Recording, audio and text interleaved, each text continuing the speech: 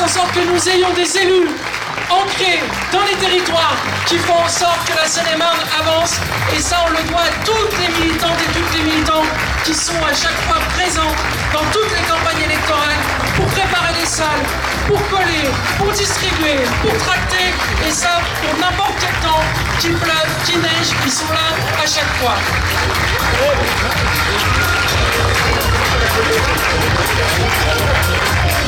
Je vois également que nous avons des élus locaux qui viennent de rentrer, notamment une conseillère régionale, Madame Laure-Agnès Polar-Catis, que je vous demande d'applaudir, qui est une élue de Comble-la-Ville, de Valérie Lacroute et de Jean-François Parigi.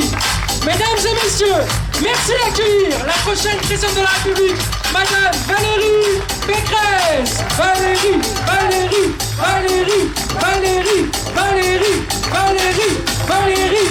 Elle est accompagnée du maire de la commune, Monsieur Gilles Bataille. Également de la présidente de la fédération des LR 77, Valérie Lacroute.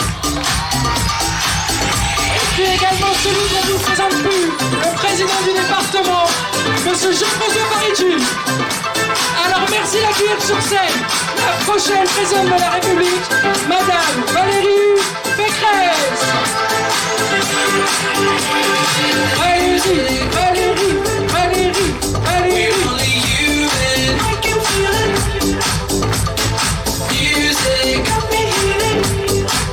Yeah, let's repeat it. Can you feel it? If you wanna ride, come ride with me. Take me by the hand, feel the chemistry.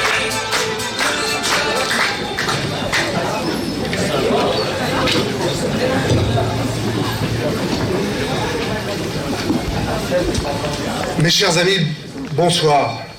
Bonsoir Valérie au pluriel, bonsoir Jean-François, bonsoir à toutes et à tous. Je ne vais pas commencer par des salutations qui seraient dirigées vers tous ceux qui nous ont fait l'amabilité de venir, puisque ça a déjà été fait brillamment par notre ami qui a salué un petit peu tout le monde. Je l'ai entendu, je pouvais l'entendre assez fort de l'autre côté. Je veux simplement vous dire que je suis très heureux de vous accueillir et de vous recevoir ici à Dame-Marie-lès-Lys, la ville dans laquelle je me suis installé en 1985, pardon, et vous dire que je suis particulièrement heureux d'y accueillir Valérie Pécresse. Laissez-moi vous dire en quelques mots, parce que vous êtes venus pour écouter d'autres personnes que moi, pourquoi je soutiens la démarche de Valérie Pécresse. Je pense pouvoir y être autorisé, parce que cela fait maintenant plus de 10 ans que j'ai la chance de l'accompagner dans son parcours politique. Si je devais résumer la qualité de son engagement, j'utiliserais volontiers les mots d'intelligence, de compréhension, de courage et de clarté. Je ne vous citerai que quelques exemples pour tenter d'illustrer mon propos. L'intelligence, c'est celle qui a conduit à proposer et construire, je me rappelle de séances à ce sujet-là, de construire avec méthode un contre-budget à la politique de Jean-Paul Huchon pendant les années d'opposition à la région, certes pour s'opposer, mais aussi pour être prête à gouverner le moment venu. C'est aussi la compréhension qui a conduit à réaliser des partenariats avec la droite et le centre pour conquérir notre région, dont on peut rappeler qu'elle est ancrée à gauche. Mes chers amis, c'est l'intelligence politique qui a conduit à la victoire de 2015. La compréhension, c'est aussi celle des collectivités territoriales, des municipalités, de leurs maires. Il y en a un certain nombre qui sont présents ici, pardonnez-moi de ne pas tous vous saluer, mais je le fais collectivement et avec plaisir. Des intercommunalités, des départements, il y a aussi un certain nombre de conseillers départementaux qui sont ici, j'en vois au premier rang, mais pas seulement parce qu'ils sont conseillers départementaux, aussi parce que ça nous fait plaisir de les avoir à Dame-Marie-lès-Lys.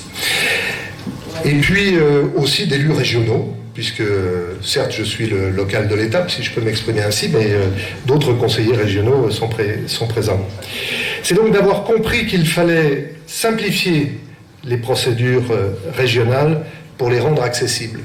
Je crois que ça a été un des traits aussi de l'action qui a été menée. Par exemple, le budget participatif, qui fonctionne très bien, c'est la déclinaison la plus proche pour chacun d'entre nous mais aussi les contrats ruraux, les contrats d'action régionale qui ont été particulièrement simplifiés dans leur modalité d'attribution.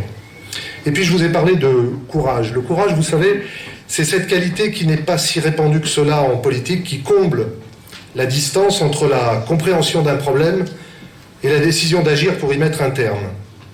Le courage, c'est par exemple d'avoir fait procéder au déménagement rapide, sitôt l'élection gagnée, du siège de la région vers Saint-Ouen, depuis le 7e arrondissement de Paris. Le courage, c'est d'avoir redressé en moins d'un mandat les comptes de la région, qui est ainsi devenue une collectivité qui investit plus qu'elle ne dépense en fonctionnement. Courage, c'est d'avoir su, lors du déclenchement de la crise sanitaire, organiser en un temps record la distribution des masques, qui à l'époque nous faisait cruellement défaut, depuis le siège de la région Île-de-France, après avoir su se les procurer. Enfin, je voulais souligner la clarté, cette qualité qui fait souvent défaut dans les débats ou les prises de position politiques. Exemple de clarté, les décisions en matière de laïcité. Tu as su faire adopter une charte sur la laïcité par l'Assemblée régionale dès l'année 2017, pour ne plus distribuer de subventions aux associations qui refuseraient les principes de laïcité et donc la signature de ce texte. Autre exemple, ton engagement clair à élaborer sur les questions de sécurité une vraie politique régionale, alors que ce sujet était soigneusement évité par nos prédécesseurs et qu'on se demande jusqu'où l'escalade doit se faire pour que l'État en fasse de même. La clarté qui fait actuellement défaut, c'est peut-être le résultat du « en même temps » érigé en principe d'action. Bien sûr, des désaccords ont pu exister au sein de notre famille, et je ne mésestime pas le travail des instances dirigeantes de notre parti pour les résoudre, ma chère Valérie. Je souhaite redire ici que tu as toujours été, avec clarté, dans l'opposition au président Macron. C'est cette clarté que nous attendons, et pour ma part, ce n'est pas d'horizon et de candidatures lointaines dont j'ai besoin. C'est maintenant qu'il faut remettre de l'ordre dans nos comptes et dans nos rues. Alors mes chers amis, je vous remercie d'être venus écouter Valérie Pécresse nous parler de ces 3 chemins qu'il nous faudra employer pour parvenir à redresser notre pays qui en a bien besoin, de l'intelligence, du courage et de la clarté. Le programme n'en manquera pas, je n'en doute pas, et surtout l'action déterminée de celle qui entend le mener avec nous.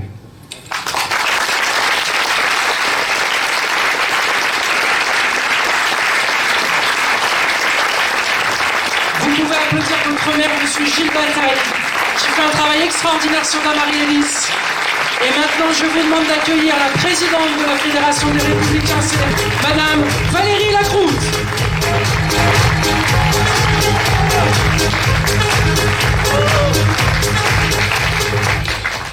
Madame la ministre, ma chère présidente, chère Valérie, mesdames et messieurs les parlementaires, alors j'ai vu que Sylvie était là, Jean-Louis est sur la route, Pierre, Anne et Claudine t'embrassent, je sais qu'ils viendront à Meaux, ils ne pouvaient pas être là ce soir. Monsieur le président du conseil départemental, mon cher Jean-François, toujours un plaisir de se retrouver sur nos terres seine-et-marnaises. Nous avons passé quelques années ensemble à l'Assemblée, et c'est vrai que nos terres seine-et-marnaises nous ont rappelé en local. Monsieur le maire, mon cher Gilles, mesdames et messieurs les conseillers régionaux, ils sont nombreux, Valérie, une très large partie de ton équipe à la région Île-de-France est présente ce soir et je voulais les remercier. Et puis nos conseillers départementaux qui sont aussi énormément présents ce soir à tes côtés. Mesdames et messieurs les élus, maires, adjoints, conseillers municipaux, ils sont très présents aussi ce soir. Madame la vice-présidente des Jeunes Républicains de France, chère Charlotte, Monsieur le responsable des Jeunes Républicains de Seine-et-Marne, cher Nicolas, il est présent aussi, la jeunesse est présente ce soir, chers militants, chers amis. Alors, je suis moi aussi fière de vous retrouver aujourd'hui pour accueillir, en tant que présidente de cette Fédération des Républicains de Seine-et-Marne, notre candidate Valérie Pécresse, qui est candidate au congrès de notre famille politique. Je suis très heureuse ce soir de vous retrouver, de retrouver les nombreux élus, nos fidèles militants qui ne nous ont pas lâchés malgré ces années difficiles, et puis également de nouveaux adhérents qui ont fait le choix de venir ce soir à Dame-Marie chez notre cher collègue à la région, mon cher Gilles Bataille.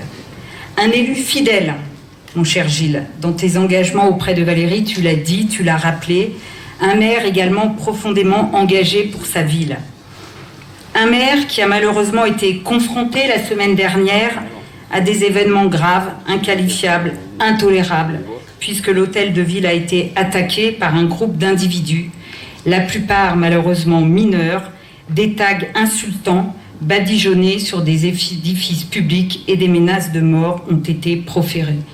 Tout mon soutien, mon cher Gilles, je sais que c'est des périodes difficiles en tant que maire, et j'espère que la justice saura faire son affaire de cet événement dramatique.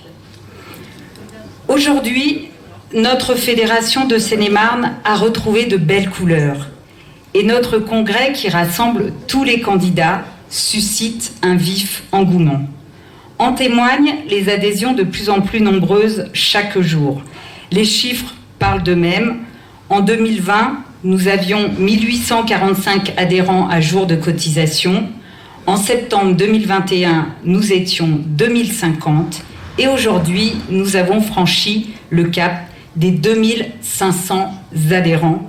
Et nous sommes la fédération de Seine-et-Marne, entrée dans le top 10 des plus importantes fédérations de France. Bravo à vous.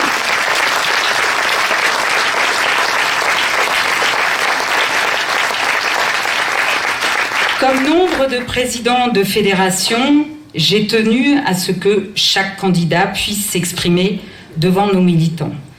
La semaine dernière, nous recevions à Meaux un premier candidat. Aujourd'hui, c'est toi, ma chère Valérie, et nous aurons les autres candidats qui suivront dans les semaines à venir. Tu as fait le choix, et je te le disais tout à l'heure dans les coulisses, tu as fait le choix sans hésiter de revenir dans ta famille politique. Je dis bien ta famille politique. C'est une bonne décision.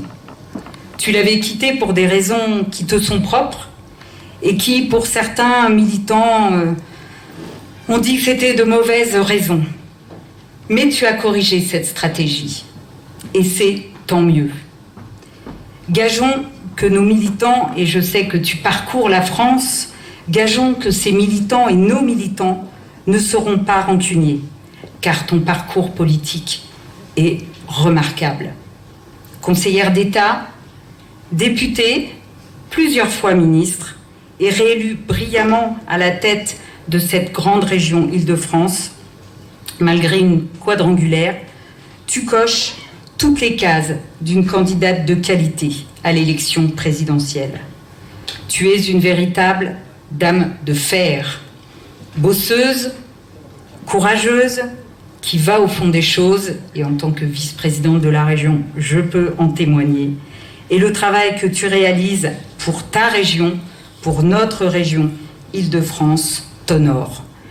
Tu as su en faire une région modèle, Gilles l'a rappelé, avec la suppression des doublons, avec la baisse des dépenses de fonctionnement, avec un vrai plan pour la transition écologique qui n'est pas réservée uniquement à la gauche, avec un vrai plan ambitieux de rénovation de nos transports franciliens, et ils en avaient bien besoin, et un soutien toujours constant en termes de sécurité pour les collectivités, sans parler de ton attachement et de ton soutien aux entreprises qui, pendant la crise sanitaire, ont vécu des heures difficiles. Tout ce travail au quotidien a été porté à tes côtés par des élus dans lesquels tu as su placer toute ta confiance.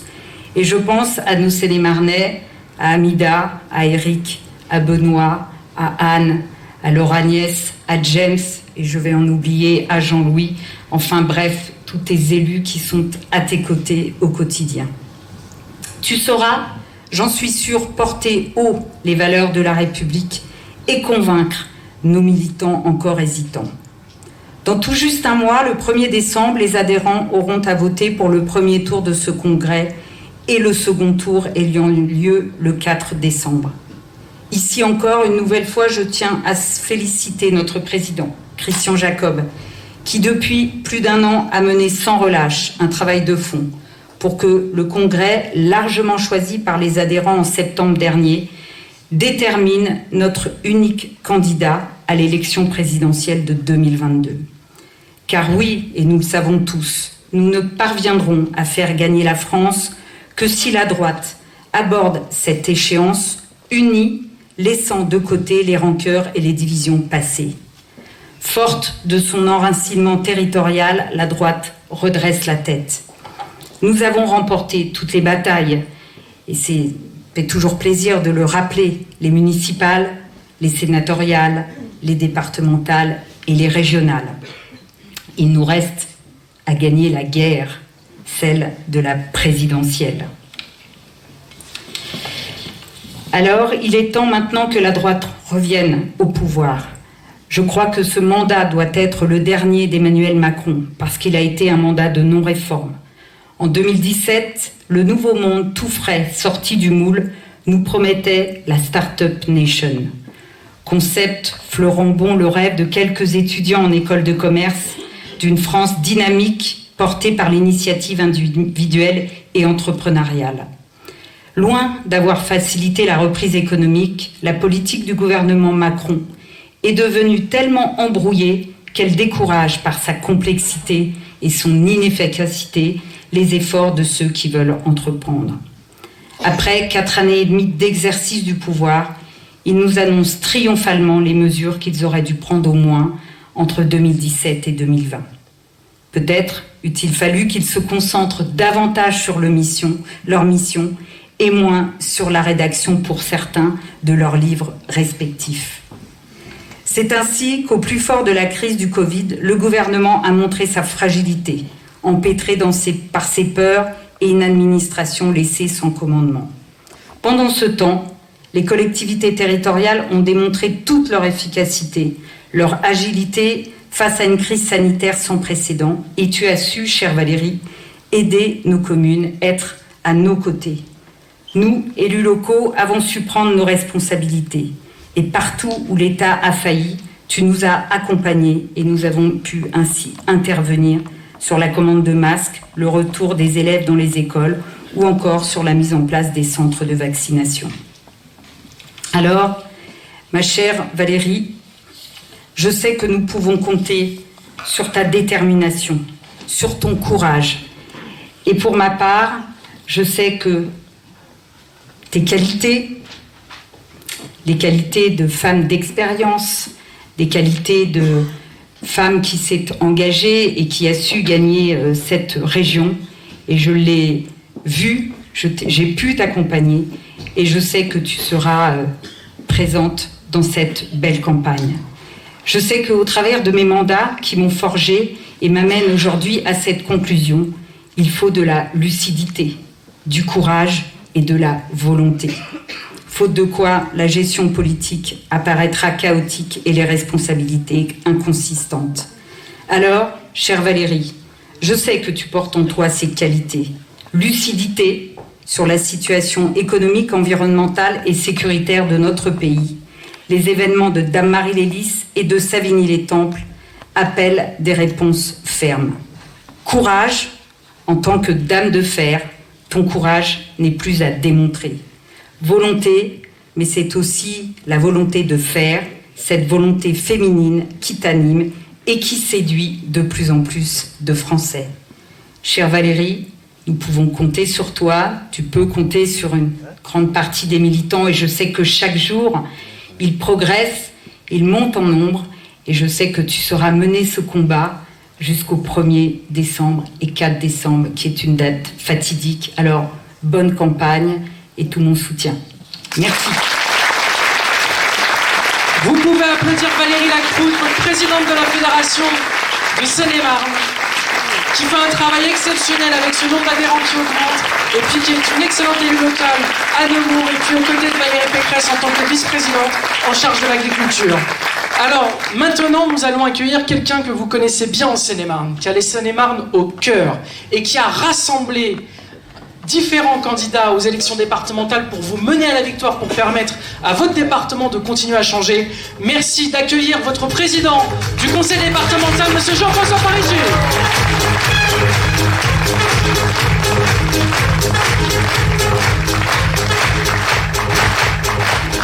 Mes amis,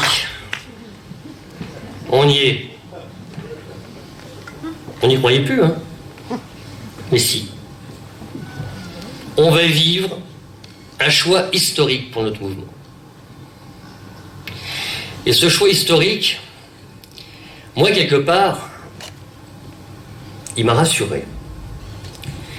Quand je vois les hommes et la femme de qualité qui se présentent à nos suffrages, nos militants, je me dis, mais quelle chance on a. Et puis quand je vois cette campagne, comment elle évolue, je me dis, pour l'instant, on n'est pas au pays des bisounours, mais ça se passe relativement bien quand même. C'était pas écrit ça non plus, hein. On nous attendait. La droite la plus bête du monde. Bah là, on est en train de montrer que bon... on est en train de monter notre petite maison, on est en train de faire tout ce qu'il faut pour que le 5 décembre, on ait le candidat, ou surtout la candidate, pour pouvoir aller au présidentiel. Et la gagner. Parce que c'est ça avant tout, l'objectif qui est le nôtre.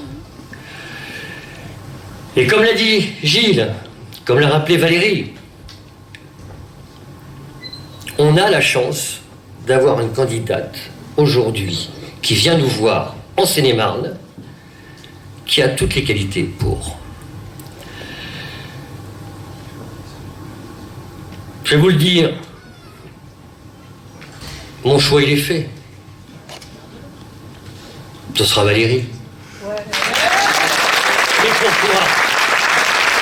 C'est pas tout de le dire. Mais pourquoi ce sera Valérie? Pour sa compétence. Ça, c'est une première raison. Mais moi, j'en vois plusieurs. La première, à titre personnel, j'ai eu besoin de Valérie. Elle a répondu présente. Et moi, je suis élevé comme ça. Quand elle m'a tendu la main, je la retends. Et je n'oublierai jamais, Valérie, ce que tu as fait lors de ces dernières départementales, qui n'étaient pas obligatoirement les élections les plus faciles, surtout pour notre famille, dans sa globalité, la droite. Tu as fait un choix, qui a été le choix de nous et notre équipe, et qui nous a permis effectivement de garder cette majorité au sein du département et avoir la chance de me porter comme président. La deuxième chose, et je le vois, il me suffit de regarder le premier rang, Valérie. Ce premier rang résume pour moi eh bien, ce qu'est la droite, ce qu'est ma famille en Seine-et-Marne. Des conseillers départementaux qui sont tous aujourd'hui avec des missions bien précises et qu'ils remplissent tous, qu'ils soient vice-présidents, qu'ils soient conseillers départementaux délégués ou simplement conseillers départementaux. Ils font un boulot énorme et je tenais vraiment à les en remercier. Nos conseillers régionaux, qui là aussi, dans leur diversité, font un travail formidable. Et tu as pu le voir, Valérie, Gilles en a parlé tout à l'heure, Valérie aussi, sur cette crise que nous avons connue, où les gens se sont rendus compte qu'il y avait des conseillers régionaux en Seine-et-Marne et qu'il y avait des conseillers départementaux. L'État, il se posait un peu la question, mais les élus locaux, les maires, ils les ont bien vus. Parce que tous les jours, ils étaient là. Je vois encore un Mida, dans le nord du département, aller porter les masques, aller porter les gels. Ils l'ont fait le job. Et ils l'ont fait parce que toi, derrière, tu as été la meneuse qui a fait qu'effectivement, tous se sont sentis mobilisés. Tous ont eu envie de bien faire. Parce que toi-même, tu avais cette volonté. Il y a bien sûr nos élus nationaux, ici présents, Sylvie. Mais même Jean-Claude, il est venu. Notre député honoraire. Même lui, il a dit, tiens, ce combat-là, il faut que j'y sois. Parce que j'ai le flair. Je pense qu'on peut gagner cette présidentielle. Eh bien, je vais aider. Moi aussi, je vais amener ma pierre à l'édifice. Eh bien, tout ça, c'est la preuve, Valérie, que ce que tu as fait depuis des années et des années, eh bien, est en train de payer. Et que tous, à notre niveau, on a envie de te donner ce que toi, tu nous as donné. Parler de compétences, moi, je vais parler de bon sens. Vous savez, c'est ce qui manque en politique. On a tous les grands discours, les grands concepts. On sait tout. Puis quand ça vient sur le terrain, on dit, mais c'est pas tout à fait ce que j'avais demandé, c'est pas tout à fait ce que j'avais pensé. Toi, Valérie, toute ta campagne à la région, elle a été frappée de bon sens. C'est tellement de bon sens que nous, au département, on va s'en inspirer. Car tu as été au-delà même des compétences d'histoire que tu avais à la région. Parce que tu sentais qu'effectivement, il y avait besoin d'aller plus loin. La sécurité. Ah, on peut en parler. Et moi, ce qui m'intéressait, quand j'étais député, c'était mes concitoyens qui prenaient le train et qui, grâce à la région, se sentaient en sécurité. Cette fameuse convention entre la gendarmerie, la SNCF et Île-de-France Mobilité. C'est toi, Valérie. C'est pas le ministre de l'Intérieur qui nous a mis des policiers ou des gendarmes dans les trains. C'est toi. C'est toi qui as payé. La sécurité. On vient de rappeler l'incident qui s'est passé chez Gilles. Mais je ne peux pas l'oublier non plus, ces menaces qui ont été mises à Savigny-le-Temple. Ou maintenant, aux questions au gouvernement qui ont été posées, notamment celle par Jean-Louis, la réponse du ministre de l'Intérieur.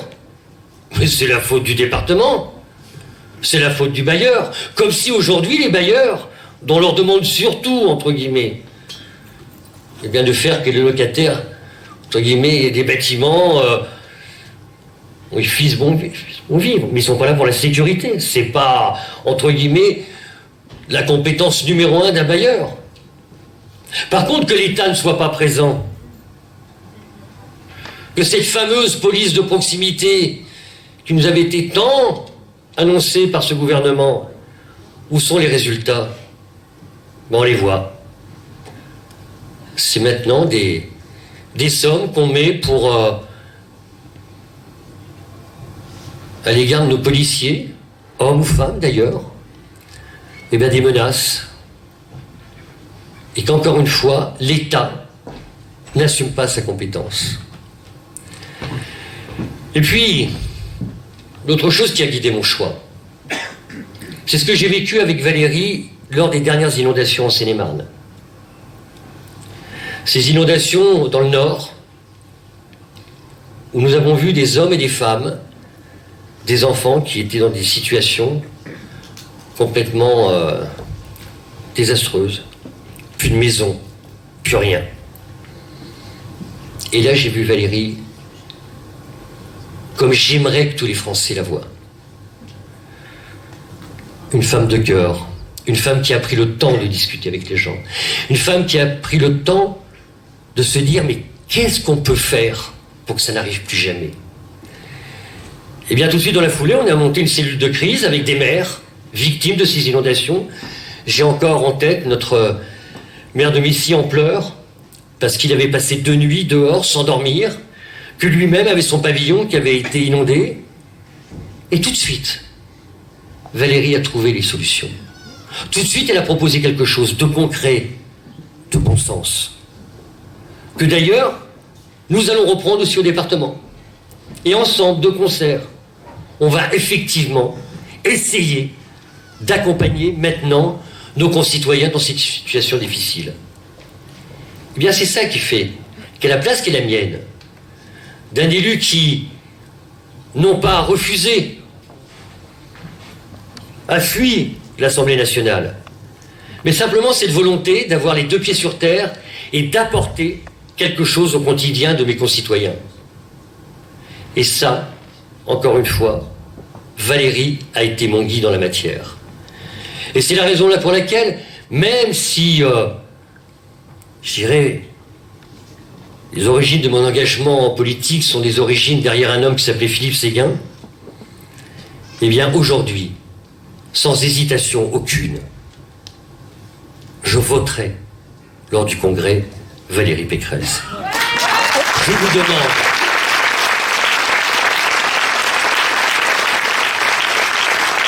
les uns et les autres d'en faire de même. Car ce qu'elle a fait en Île-de-France, j'aimerais tant qu'on le fasse au niveau de la France. Et permettez-moi, comme Valérie l'a fait, d'avoir une pensée pour mon ami Christian Jacob, qui a réussi tout de même à organiser ces élections, à faire qu'aujourd'hui, tranquillement, sereinement, nous allons choisir notre candidat ou notre candidate aux prochaines présidentielles. Donc permettez-moi d'avoir une pensée pour lui, car je sais qu'il a eu des moments très, très, très difficiles. Et puis la deuxième chose que je voulais partager avec vous, c'est que je vais avoir un autre grand plaisir, c'est que le 17 novembre, j'accueillerai à nouveau Valérie Pécresse. Amour. Merci. Merci d'être là. Tout le monde est au rendez-vous. En tout cas, tout le sud Seine-et-Marne est là. Je voudrais saluer à mon tour Sylvie. Je voudrais dire que nous attendons Jean-Louis qui est planté sur l'autoroute avec sa voiture en panne, mais qui va finir par arriver. Je voudrais dire à Jean-Claude qu'évidemment c'est un bonheur pour moi de le retrouver et qu'il soit là et qu'il ait pris le temps de venir. Or je sais que c'est pas facile de venir en pleine vacances. C'est dur de faire 100 départements en 6 semaines avec 2 semaines de vacances au milieu. Plus un pont du 11 novembre. Donc vraiment, vraiment des difficultés. Merci à tous les élus qui sont là. Merci aussi aux représentants du monde économique. Je voudrais dire à Charlotte, quand même vice-présidente des jeunes, que moi je suis très, très, très heureuse de voir tous les jeunes républicains dans tous les départements. Et là aussi, c'est quelque chose à mettre au crédit de Christian Jacob. Il a réussi à ranimer une cellule jeune au LR, 11 500 jeunes. Et c'est une sacrée performance. Et partout où je vais, dans les départements les plus ruraux, je vois toujours arriver une petite troupe de jeunes, étudiants, jeunes actifs qui sont là. Et c'est très important pour nous, évidemment, de pouvoir parler aux jeunes et parler à la jeunesse. Alors merci à tous d'être là, merci aux conseillers régionaux, conseillers départementaux, merci aux maires, merci à tous. Mesdames et messieurs, chers amis, chers militants. Alors d'abord, moi je suis très heureuse d'être parmi vous ce soir parce que je vais vous annoncer une bonne nouvelle. On va gagner cette élection de 2022. On va la gagner. Et je vais vous expliquer pourquoi on va la gagner. On va la gagner parce que nos solutions sont les bonnes pour la France. Et je crois que les Français, qui pour l'instant ne sont pas encore complètement dans l'élection présidentielle, vont se mettre à nous écouter. Ils vont se mettre à nous écouter parce qu'on va venir débattre à la télévision, on va commencer à déployer nos solutions pour la France. Et ils vont s'apercevoir qu'effectivement, d'abord ils vont s'apercevoir que la France va mal. Ils vont s'apercevoir qu'il y a une espèce d'écran de fumée aujourd'hui qui cache l'état réel de la France aux Français. Cet écran de fumée, c'est la crise Covid. C'est la crise Covid qui fait que, eh bien aujourd'hui, Emmanuel Macron, c'est le pilote d'un avion en pleine turbulence.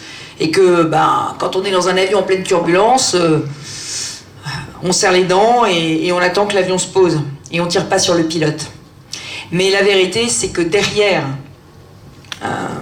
cet écran de fumée, la croissance revient, le chômage baisse. En réalité, la France est extrêmement fragilisée. La croissance revient, c'est vrai, mais après la pire récession d'Europe. On a fait moins 8% l'année dernière. Et vous savez bien que le Conseil d'analyse économique a dit qu'on avait été le 28e pays sur 36 pour le coût de la crise. Ça veut dire que le quoi qu'il en coûte a coûté beaucoup plus cher aux Français qu'aux autres pays de l'Union européenne et de l'OCDE.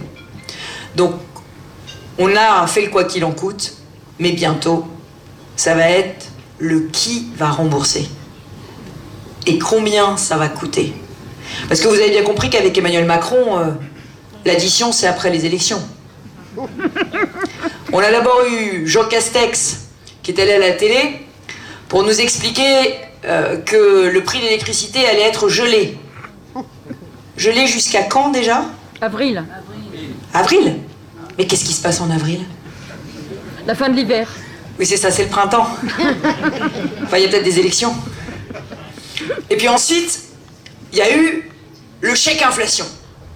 Alors ça, c'est une idée extraordinaire, une trouvaille fabuleuse.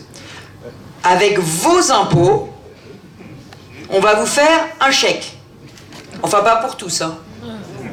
Si vous êtes une maman solo avec 3 enfants et que vous gagnez 2100 €, vous ne le touchez pas. Si vous avez 2 employeurs, en revanche, vous risquez de le toucher 2 fois. Parce que la mesure a été tellement improvisée et tellement bricolée qu'ils ne se sont pas rendus compte que si c'est l'employeur qui paye, quand on est en polyactivité, on touche plusieurs fois. Et puis, mes étudiants parisiens qui roulent à vélo le toucheront. Peut-être certains retraités en EHPAD aussi, alors qu'ils ne roulent pas beaucoup en voiture. Non, mais attendez. Quand on aime, on compte pas. Enfin, ce chèque est totalement injuste. Et c'est un chèque vraiment... Enfin, Macron a inventé le clientélisme présidentiel. Le clientélisme présidentiel, c'est quand on fait des cadeaux avant l'élection. Et alors, la cerise sur le gâteau, ce matin,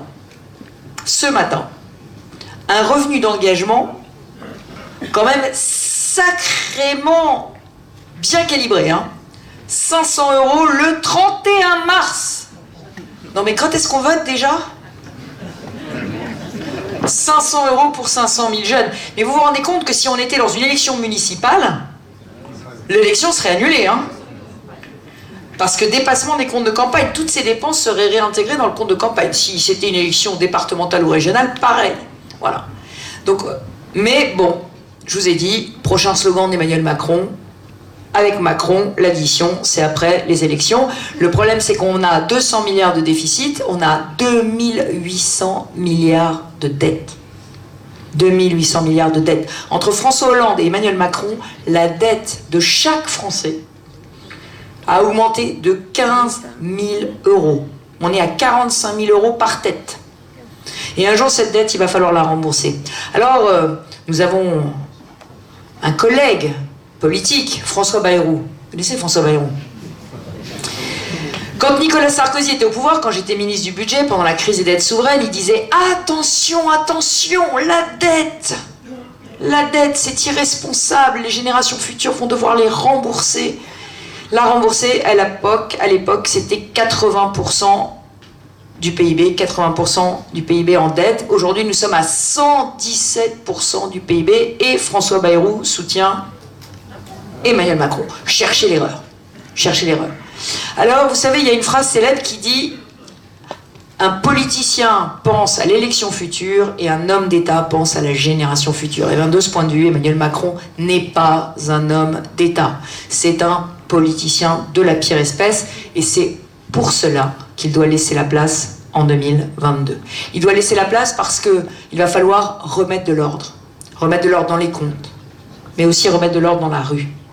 Pour remettre de l'ordre dans les comptes, il va falloir faire 4 réformes. 4 réformes que le gouvernement avait dit qu'il ferait, qu'Emmanuel Macron avait dit qu'il ferait et qu'il n'a pas faites. La réforme des retraites, jusqu'à 65 ans pour permettre de sauver le système, pour pouvoir maintenir aussi le pouvoir d'achat des retraités, qui aujourd'hui est sacrément abîmé par l'inflation, et puis pour pouvoir remonter les petites retraites de ceux qui ont travaillé toute leur vie au niveau du SMIC et faire un sort évidemment particulier aux retraites des commerçants, des femmes de commerçants, d'artisans et d'agriculteurs. Et ici, je le dis en Seine-et-Marne, qui ont travaillé toute leur vie, qui n'ont pas cotisé et qui ont des retraites qui ne sont pas dignes du travail qu'elles ont fourni pendant toute leur vie. Réforme des retraites, réforme de l'assurance chômage, effectivement, on a 1 million d'emplois non pourvus à Pôle emploi. Et bien ces emplois, il va falloir les pourvoir et il faut inciter tous les Français à reprendre un emploi vite. Donc il faudra faire la réforme de l'assurance chômage, la débureaucratisation. Nous vivons l'enfer bureaucratique, et vous l'avez vu pendant la crise Covid. Il a fallu consulter 22 organisations pour obtenir l'autorisation de vacciner. 22 organismes différents. Et puis alors, je ne vous raconte pas les procédures tatillonnes auxquelles nous devons tous faire face. Aujourd'hui, vous connaissez tous les projets de transport d'Île-de-France, mais on en a qui sont bloqués à cause de lézards des murailles. Le lézard de vos pavillons. Alors moi, je suis une écologiste sincère, et comme je suis une écologiste sincère, je vous le dis, l'important en Île-de-France, c'est de développer les transports en commun, et notamment pour tous les départements qui en sont privés. C'est ça qui fera de la vraie écologie. Et donc qu'on arrête de nous dire que ces projets de transport en commun peuvent être bloqués parce qu'il y a des lézards, des murailles sur le ballast, et qu'il ne faut pas les faire. Ça, c'est inacceptable. L'écologie, oui, l'idéologie, non.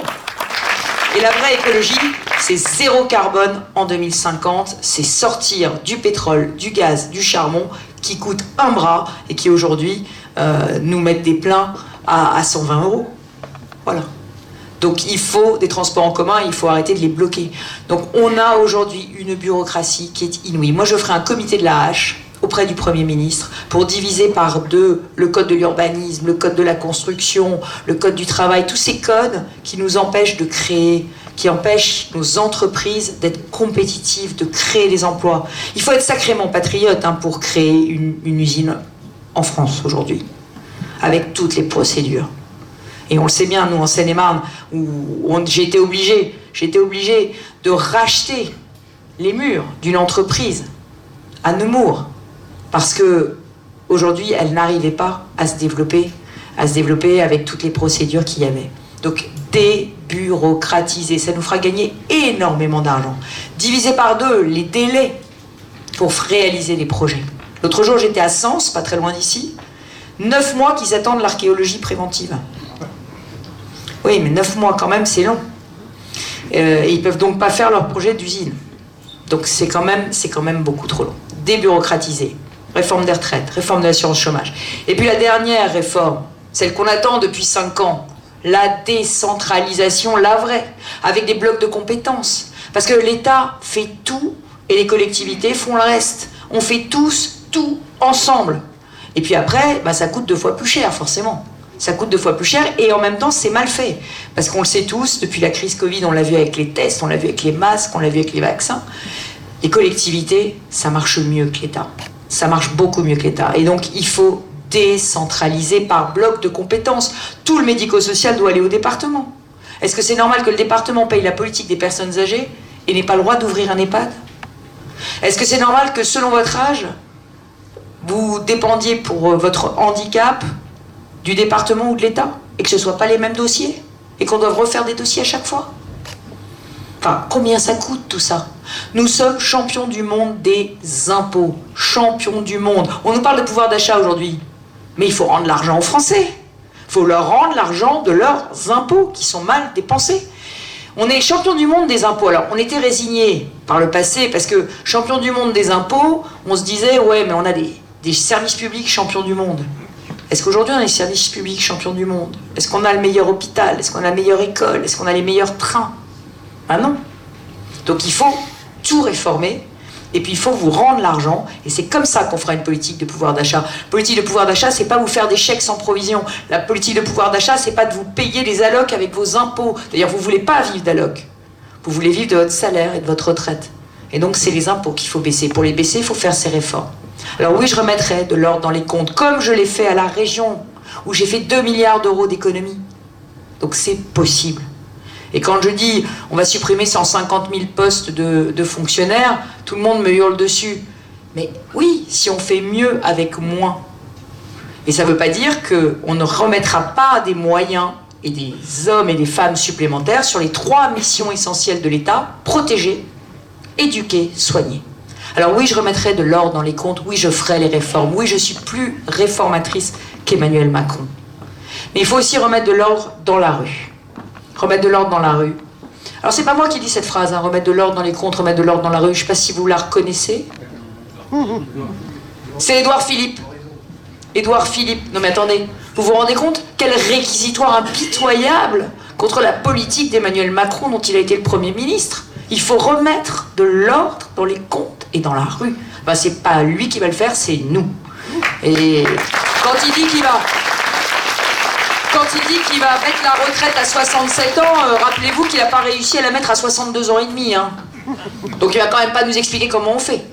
C'est nous qui allons le faire, la réforme. Alors il faut remettre de l'ordre dans la rue. Oui, il faut remettre de l'ordre dans la rue. Et c'est pas ici, en Seine-et-Marne, un département qui est à la fois ultra tranquille et en même temps frappé par des violences de plus en plus, j'allais dire scandaleuses. Scandaleuses. Et c'est tout le paradoxe de votre beau département. C'est la campagne près de Paris, et puis en même temps, de temps en temps, un fait divers, et on s'aperçoit de quoi? On s'aperçoit qu'il y a des bandes, Adamarie, des bandes de jeunes, casseurs, qui viennent menacer le maire et le menacer de mort. On s'aperçoit qu'à Comble-la-Ville, dans un lycée professionnel tout tranquille, le lycée de notre ami Guy Geoffroy, n'est-ce pas, leur Agnès, eh bien, on a une professeure qui se fait envoyer bouler par un élève qui a envie de sortir de cours et qui la bouscule et la fait tomber. Enfin, voilà. On s'aperçoit qu'aujourd'hui, on a eu Bernard Tapie qui s'est fait cambrioler dans sa maison. Donc, enfin, des faits divers comme cela, on en a malheureusement tous les jours. Toutes les figures d'autorité de notre pays sont en train d'être bafouées, foulées aux pieds, attaquées. Toutes les figures d'autorité, les maires, les forces de l'ordre. Avec un Emmanuel Macron qui un jour dit qu'elles font du formidable travail, et le lendemain va voir les jeunes et leur dit « Ah oui, mais il y a des violences policières ». Le problème d'Emmanuel Macron, c'est le « en même temps ». Le « en même temps », c'est dire à chacun ce qu'il a envie d'entendre. Alors, moi, je ne sais pas comment on fait avec un président qui le lundi dit blanc, le mardi dit bleu, le mercredi dit rouge, le jeudi s'arrête pour se demander de quelle couleur va être le vendredi. Oui, ça s'appelle un président caméléon. Et vous savez ce qui arrive au caméléon quand il est sur une couverture écossaise? Oui, mais la France, c'est une couverture écossaise. La France, c'est une couverture écossaise. La France, c'est une mosaïque. Et donc, la somme des intérêts particuliers ne fait pas l'intérêt général. Et la somme des communautés ne fait pas une nation. Et aujourd'hui, le vrai sujet, c'est comment on fait nation. Comment est-ce qu'on se retrouve pour avoir un destin commun? Une nation, c'est un peuple qui a envie de continuer ensemble. Alors, est-ce qu'on a tous envie de continuer ensemble? Souvenez-vous de ce qu'a dit Gérard Collomb. Hein. Gérard Collomb, il a dit « Nous vivons côte à côte, j'espère que demain, on ne vivra pas face à face. » Alors, comment est-ce qu'on refait nation? Comment est-ce qu'on fait nation? Eh bien, on fait nation d'abord en respectant les mêmes lois, en ayant les mêmes valeurs, en respectant le même mode de vie, voilà, et en aimant la France, tout simplement, en aimant son pays. Alors, comment on fait avec les figures d'autorité? Puisque je vous ai parlé des maires, je vous ai parlé des forces de l'ordre, les professeurs se font attaquer, les pompiers se font caillasser, parfois même tirer dessus, les médecins se font agresser. Et on a même eu les pharmaciens qui se sont fait agresser par des anti-vax parce qu'ils vaccinaient.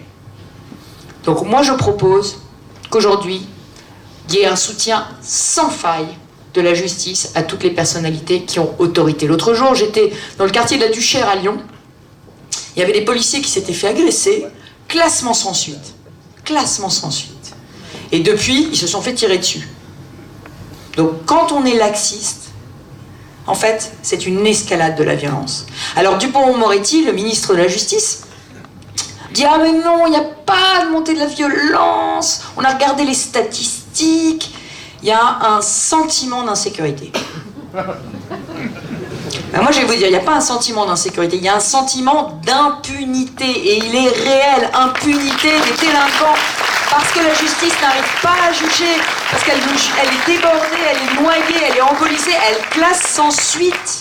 Elle classe sans suite, et quand elle juge, bah, c'est avec 1 ou 2 ans de retard. J'ai demandé à Dupond-Moretti de faire une opération vérité sur le stock des affaires qui restait à juger aujourd'hui, parce qu'avec la crise Covid, il y a eu plein d'audiences qui ont été supprimées. Je suis sûre qu'on est à près de 2 ans de stock. Le maire de Signes, qui a été tué parce qu'il essayait d'empêcher un dépôt sauvage sur sa ville, 2 ans, le procès n'est pas encore audiencé. Voilà. Alors qu'on sait qui c'est.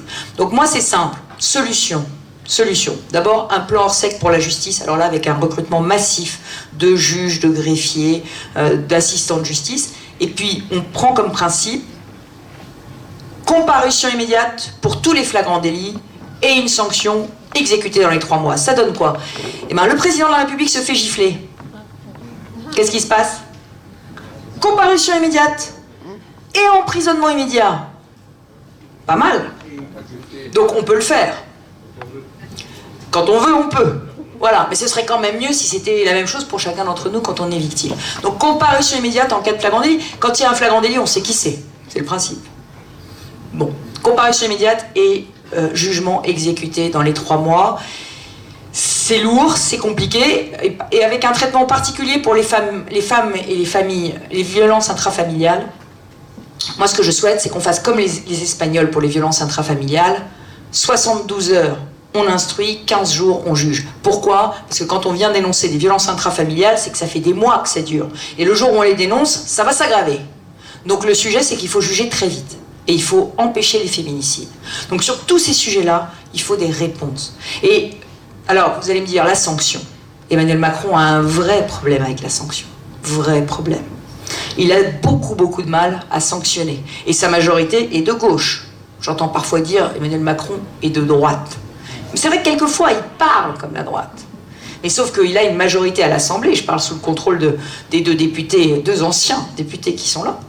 Mais sa majorité vote systématiquement contre toutes les lois sécurité, toutes les lois justice, toutes. Et donc, la sanction ne suit pas. Or, la sanction est indispensable. On peut remettre tous les policiers qu'on veut dans la rue. Si les délinquants sortent dès qu'ils ont été arrêtés, parfois ils sortent plus vite que le temps que le policier fasse le PV. Donc, il faut des sanctions exécutées. Est-ce que vous savez combien de jours se passent avant qu'un travail d'intérêt général soit exécuté? Pas loin. 445 jours. Donc vous prenez un jeune de 16 ans, vous le chopez, il a tagué la mairie de Damary, il a menacé de mort le maire. Vous le chopez, vous lui dites maintenant, toi tu vas venir réparer. 1 an avant le jugement, 1 an et demi avant le travail d'intérêt général, il a volé un œuf à 16 ans, à 18 ans il a déjà volé plusieurs bœufs. Hein. Et quand je dis bœuf, il a peut-être fait d'autres choses. Bref, avec de la bœuf, ouais. Par exemple. Bon, enfin, donc le sujet, c'est simple, c'est travail d'intérêt général dans les 3 mois. D'ailleurs, vous avez vu que je suis encore sortie de ma compétence. J'avais fait la charte de la laïcité pour empêcher qu'on donne de l'argent aux associations qui faisaient du prosélytisme islamiste. J'ai ensuite fait le bouclier de sécurité avec Frédéric Pechnard, que vous connaissez bien, l'ancien directeur de Nicolas Sarkozy, directeur de campagne de Sarkozy. J'ai fait le bouclier de sécurité pour financer les polices municipales, les casernes, les commissariats, les voitures. Si vous voyez une voiture de police avec marqué Île-de-France, c'est nous qui l'avons financée. Et maintenant, qu'est-ce que je fais? Eh bien, justice, agence régionale des tiges, des travaux d'intérêt général. On va prendre tous les partenaires de la région, on va faire des tiges. On va faire des travaux. Tu casses, tu répares. Et puis les amendes, faut les payer. Les amendes, faut les payer. On a fait un super partenariat avec Meaux.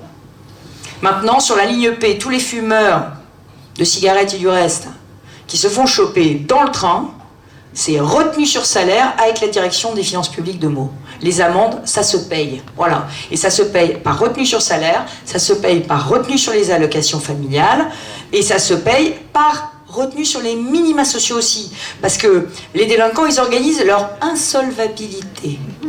L'insolvabilité, ça veut dire quand je roule en 4x4 et que je touche le RSA. Ça s'appelle l'insolvabilité. Et le RSA est insaisissable. Donc si vous voulez choper un délinquant et que vous le faites condamner à vous indemniser, parce que vous êtes victime, il va dire « je n'ai pas de revenus, je n'ai que des minima, et les minima sociaux sont insaisissables ». Alors avec moi, on saisira les minima sociaux des délinquants, parce que c'est injuste pour les victimes. Et puis il y a le problème de la prison. La prison. Alors je sais, on va me dire la prison c'est l'école du crime. C'est vrai que nos prisons sont indignes, elles sont beaucoup trop surpeuplées et on ne peut pas les remplir davantage. Oui, mais enfin on incarcère moins aujourd'hui que sous Christiane Taubira. Hein. Donc le problème, il est simple. Les Britanniques ont fait des études sur la délinquance, parce qu'eux ils en font. 60% des délits de la vie quotidienne sont commis par 5% de multirécidivistes. Donc ces 5% de multirécidivistes, si on les met hors d'état de nuire, déjà, on s'épargne des dizaines et des dizaines de délits. Donc ce qu'il faut, c'est mettre ces voyous multirécidivistes hors d'état de nuire. Alors, tous les candidats vont venir vous voir pour cette campagne, pour vous dire, à l'extrême droite et à droite, on va construire 20 000 places de prison. Bon. Sauf que le 24 avril, elles ne seront pas sorties de terre. Bien. Qu'est-ce qu'on fait? Eh bien, moi, je vous le dis. On utilise un bel objet qui s'appelle le bracelet électronique. C'est un truc qu'on met à la cheville des délinquants. Aujourd'hui, les délinquants qui sont condamnés à de la prison ferme, on les renvoie dans leur quartier avec un bracelet électronique. Vous imaginez la terreur pour les victimes? Le drame pour le quartier? Et puis le caïd qui fait le cacou avec son bracelet électronique? C'est insupportable. Donc nous, ce que nous ferons, c'est que nous prendrons des casernes désaffectées, des couvents désaffectés, des hôtels un peu isolés, et on les transformera en centres fermés pour majeurs. Et on les mettra avec leurs bracelets électroniques géolocalisés dans ces centres. Et on les empêchera de sortir. Et on les sortira de leur quartier. Et on les mettra hors d'état de nuire. Voilà. Il faut inventer des sanctions imaginatives, créatives, et si vous me permettez, qui emmerdent plus le délinquant qu'il ne pourrit la société. Voilà. Bravo. Alors, il y a aussi, dans le choc d'autorité, il y a aussi la question de l'immigration, et il faut l'aborder. La question de l'immigration, elle est simple, et vous connaissez mes convictions. Moi, je considère que chaque Français a droit à la même dignité, la même considération, quelle que soit son origine, quelle que soit sa religion et quelle que soit sa couleur de peau. Mais à condition qu'il respecte nos lois et qu'il aime notre pays. Et ça, aujourd'hui, vous le savez, une immigration incontrôlée, avec une intégration ratée, ça peut disloquer la nation française. Et donc, on a besoin de reprendre le contrôle de nos frontières et on a besoin aussi de sélectionner les étrangers qu'on accueille. Alors, certains vont vous dire « Ah, élisez-moi, le 24 avril, immigration zéro !» C'est pas du tout crédible. C'est pas du tout crédible, et d'ailleurs je ne suis même pas sûre que ce soit souhaitable, parce que si un de vos enfants épouse un ou une étrangère, vous aurez envie de la faire venir en France, et il n'y a aucune raison de vous en empêcher. Si vos enfants vont à l'université, ils croiseront des étudiants étrangers, il n'y a aucune raison qu'on n'empêche les étudiants étrangers de venir étudier en France, dès lors qu'ils ont le niveau. Parce qu'en France, on est quand même les champions pour ne pas faire d'examen d'entrée. Bon. Et quand j'étais ministre de l'université, j'ai démantelé des réseaux de faux étudiants. Et puis, vous savez bien que nos agriculteurs, pour faire leur récolte, ils ont parfois besoin d'amener de la main-d'œuvre étrangère parce qu'ils ne trouvent pas. Donc voilà. Mais le sujet, c'est de choisir. Donc, j'ai proposé une loi constitutionnelle. Pour l'instant, je suis la seule à avoir fait ce travail. Une loi constitutionnelle qui a été rédigée par Patrick Stefanini, qui est l'un des meilleurs connaisseurs de ces sujets. Et dans cette loi, il y a des quotas migratoires pour le travail, pour les étudiants, pour l'immigration familiale. Les quotas, ça veut dire quoi? Ça veut dire qu'on donne un nombre de visas par pays, par type d'immigration. Et quand c'est terminé, eh ben c'est l'année prochaine.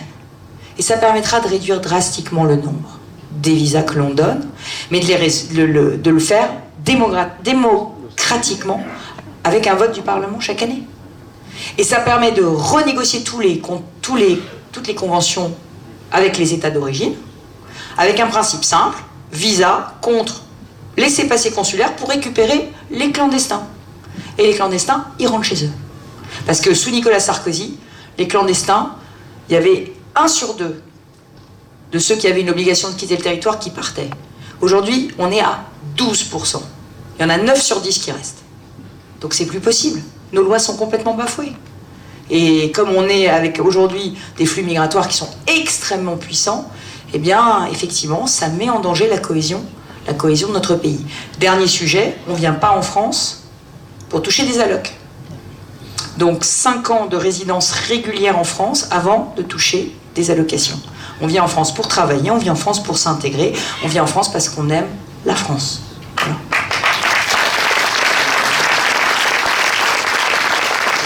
Et puis dernier sujet, c'est évidemment la langue française. Pour venir, il faut un examen réussi de français, comme les Allemands. Nous, on l'a fait à la française, c'est 100 heures de français et on doit juste prouver qu'on est allé en cours. Voilà. Ça, c'est la française. À l'allemande, c'est on réussit l'examen. Bah, nous, il faudra réussir l'examen parce que quand on ne parle pas le français, on ne peut pas s'intégrer, on ne peut pas travailler, on ne peut pas élever ses enfants. Donc c'est très important, remettre de l'ordre. Et puis il y a un dernier sujet, c'est l'islamisme. Vous savez qu'encore ce matin, à la gare Saint-Lazare, les agents de sécurité de la SNCF ont dû se défendre contre une agression d'un homme armé d'un couteau qui les agressait en invoquant Allah. Bon.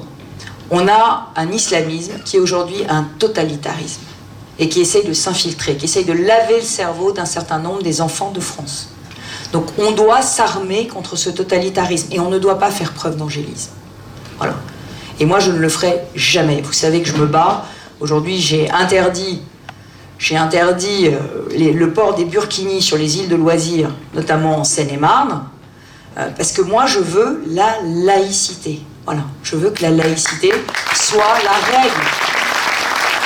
Et je n'ai pas à me préoccuper de la religion des gens que j'accueille sur les bases de loisirs. Vous savez, quand on a eu les premiers groupes qui venaient en burkini pour se baigner, j'ai eu d'autres baigneurs qui ont dit « Mais si c'est ça, nous, on se baigne sans le haut ou sans le bas. » Ben oui, mais à partir du moment où tout est permis, où rien n'est interdit, où il n'y a pas de règles communes, faire nation, c'est avoir des règles communes et les respecter. Et puis par ailleurs, sur l'islamisme, il faut qu'on s'arme plus. Voilà. Le gouvernement reste quand même très angélique. Il faut interdire la consultation régulière des sites djihadistes, comme on le fait pour les sites pédophiles. Pour l'instant, on n'arrive pas à l'interdire. Il y a des djihadistes qui sortent de prison tous les ans, des dizaines tous les ans. Moi, je voudrais qu'on fasse une mesure de rétention de sûreté quand ils sortent, parce qu'ils ne regrettent rien. Hein. Et le problème, c'est que cette mesure de rétention de sûreté, Nicolas Sarkozy l'avait mise en place pour les pédophiles, pour les dangereux psychopathes, les tueurs en série. Pourquoi on peut le faire pour des dangereux meurtriers, mais pas pour des terroristes radicalisés? Je ne comprends pas. Donc il faut absolument qu'on s'arme davantage pour lutter contre l'islamisme. C'est particulièrement important ici dans notre belle région d'Île-de-France où on le sait bien, ils sont en train d'essayer de venir prendre nos enfants et les amener dans la haine de la France. Et donc on doit lutter là contre ça. Alors, pour lutter contre ça, il faut évidemment pas seulement de l'autorité. Il faut mettre au cœur la réussite et la dignité. Je vous ai parlé de liberté, avec la libération des énergies, les réformes. Je vous ai parlé d'autorité, mais je vais vous parler aussi de la dignité. Parce que je pense que ce qui est important dans notre pays, c'est que les Français se sentent tous dignes. Voilà. Et Emmanuel Macron n'a pas respecté les Français. Il les a dressés les uns contre les autres. Il a dressé la ruralité contre les villes. Il a dressé les jeunes contre les aînés. Et puis surtout, il n'a pas compris qu'on voulait vivre dignement de notre travail et de nos retraites. Alors moi, une de mes mesures phares, ce sera d'augmenter de 10% les salaires. Augmenter de 10% les salaires en faisant prendre en charge par l'État les cotisations retraite salariales. Pourquoi?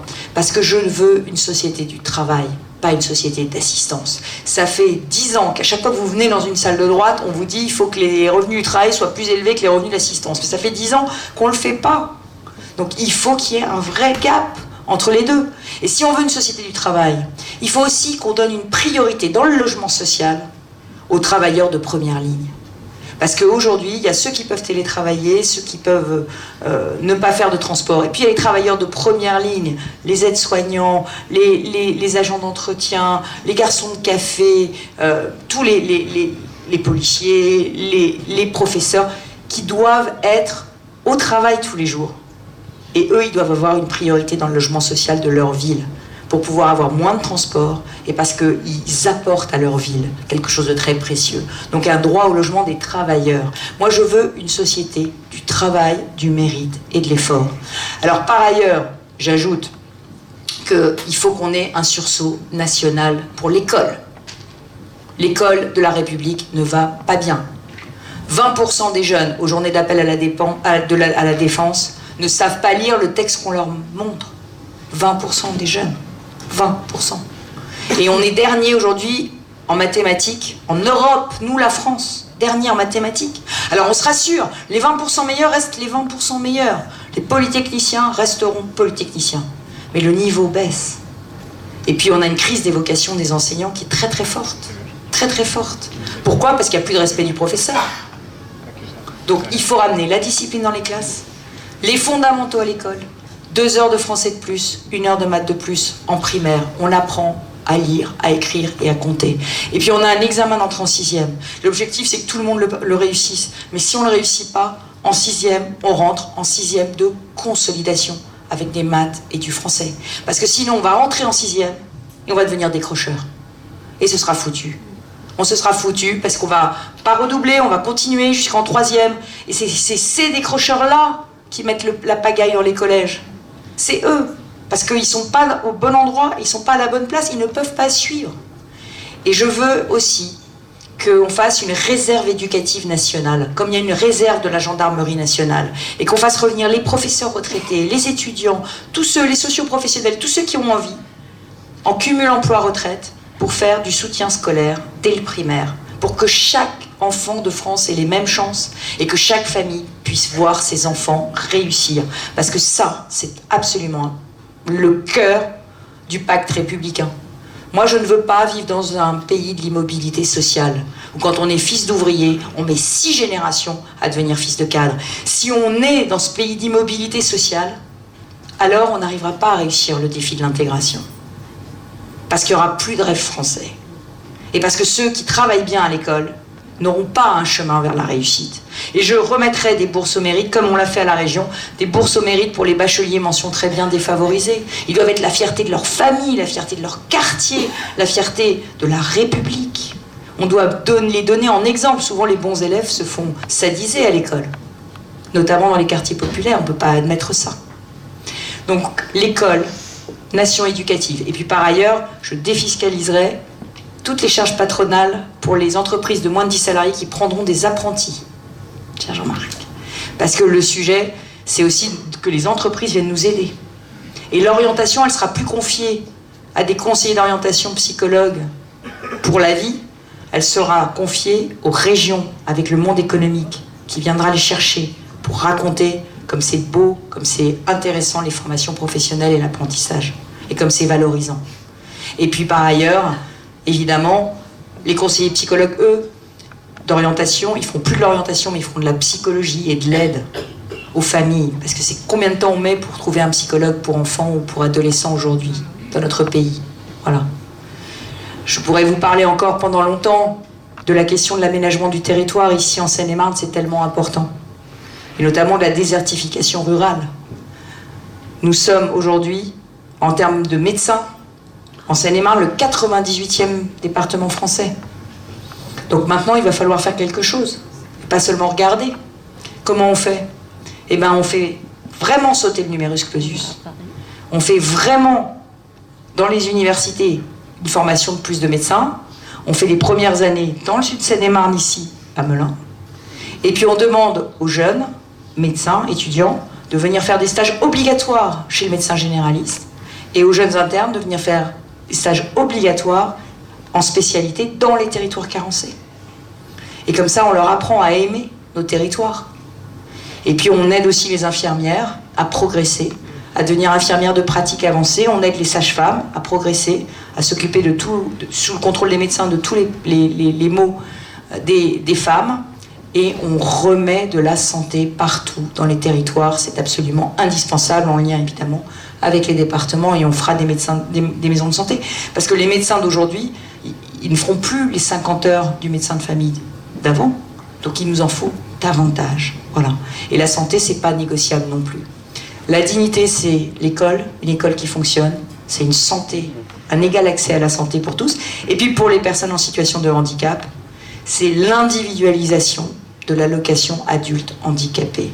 Vous savez que aujourd'hui, cette allocation adulte handicapé, elle est familialisée. Ça veut dire que si vous êtes en couple, on vous l'enlève. Si votre conjointe gagne sa vie.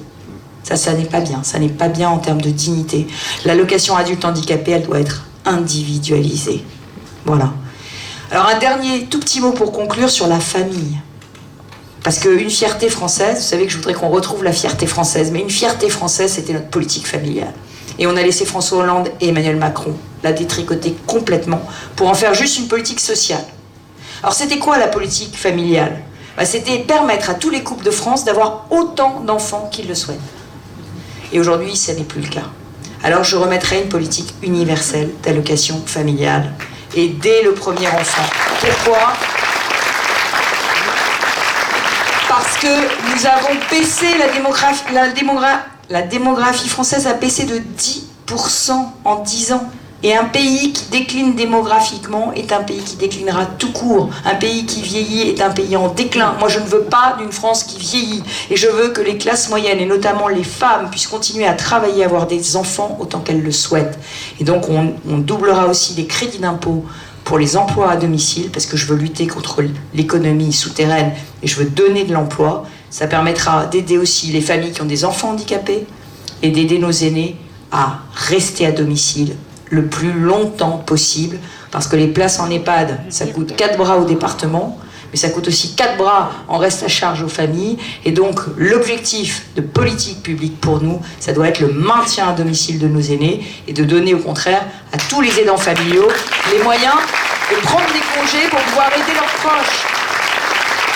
Il faut remettre du lien, il faut remettre de l'affection, il faut remettre du sentiment aussi dans les politiques sociales et pas toujours tout collectiviser à prix d'or. Voilà.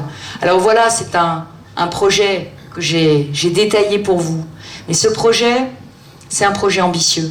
C'est un projet pour refaire de la France un grand pays compétitif, un pays qui va de l'avant, un pays dont la voix porte chez nous bien sûr, mais aussi en Europe et dans le monde. Pourquoi la parole de la France ne porte plus? Elle ne porte plus parce qu'on n'est pas exemplaire. Comment voulez-vous qu'on défende nos agriculteurs en Europe, alors que nous-mêmes on a 200 milliards de déficit? Comment voulez-vous qu'on défende une autonomie stratégique européenne quand on n'arrive pas nous-mêmes à payer notre effort de défense? Comment voulez-vous que la France soit respectée en matière environnementale quand on n'est pas capable de sortir un projet d'infrastructure à cause d'un lézard des murailles ou d'une zone tortue? Voilà. Le problème, c'est que la voix de la France, elle est abîmée parce qu'on n'est pas capable nous-mêmes de faire les réformes qu'il faut dans notre pays et qu'on n'est pas exemplaire. Donc moi, je veux une France exemplaire. Je veux une France au premier rang. Et puis, je vous le dis, je veux qu'on n'ait pas honte d'être ce qu'on est. Je veux qu'on n'ait plus honte. Moi, j'accepte plus l'autodénigrement. J'accepte plus qu'on ait un président de la République dont le programme se résume à dépenses et repentance. Voilà. Moi, je suis fière d'être française et je crois que nous devons tous être fiers d'avoir eu des héros. Voilà, fiers d'être la patrie de Molière, d'être la patrie de Pasteur, d'être la patrie de Clémenceau ou du général de Gaulle. Et c'est ça qu'on apprendra dans nos écoles, parce que c'est ça qui fait le cœur de la France. Alors, le 1er décembre, vous avez compris, il y a un vote. Il y a un vote au Congrès des Républicains. Il y a un vote au Congrès des Républicains. Pour voter, il faut avoir adhéré avant le 16 novembre. Je vois qu'il y en a qui sont au courant. Donc avant le 16 novembre, il faut adhérer, faire adhérer. Parce que, pourquoi? Mais parce que c'est très important que les Républicains aient le maximum d'élan pour cette présidentielle. Et on le sait bien, les militants, c'est le sel de toutes les campagnes.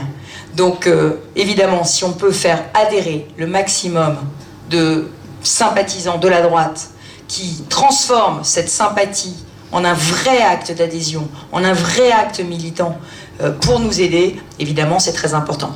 Donc j'ai vu qu'il y avait 25% d'augmentation des militants au Seine-et-Marne. Bravo, bien joué. Bravo. Ça montre le dynamisme de la fédération. Mais il ne faut pas s'arrêter là, il faut continuer sur sa lancée. Et puis surtout, le 1er décembre, il faut voter pour une candidate à la présidence de la République.